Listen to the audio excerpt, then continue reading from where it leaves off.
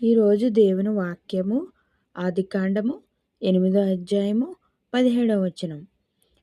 పక్షులు, పశువులు, భూమి మీద ప్రాకు ప్రతి జాతి, పురుగులు మొదలైన సమస్త శరీరంలో నీతో కూడానున్న ప్రతి జంతువును వెంటబెట్టుకుని వెలుపలికి రావలెను.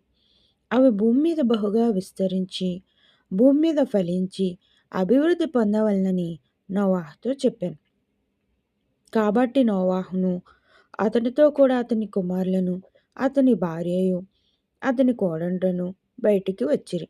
ప్రతి జంతువును, ప్రాకు ప్రతి పురుగును, ప్రతి పిట్టయు, భూమి మీద సంచరించుచున్నవన్నీయు వాటి వాటి జాతుల చెప్పున ఆ ఓడలో నుండి బయటకు వచ్చాను.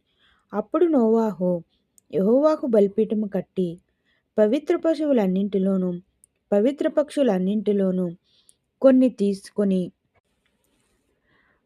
ఆ పీఠము మీద దహనబలి అర్పించెను. అప్పుడు యెహోవా ఇంపైన సువాసన నాశనుంచి ఇక మీదట నరులను బట్టి భూమిని మరలా శపించెను.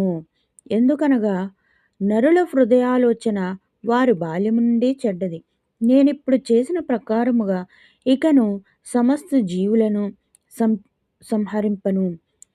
భూమి నిలిచినంత వరకు వెదకాలమున కోతకాలమును, శీతోష్ణ కాలమును, వేసవి శీత కాలములను, రాత్రింబగళ్లను ఉండక మానవని తన హృదయంలో అనుకొనెను.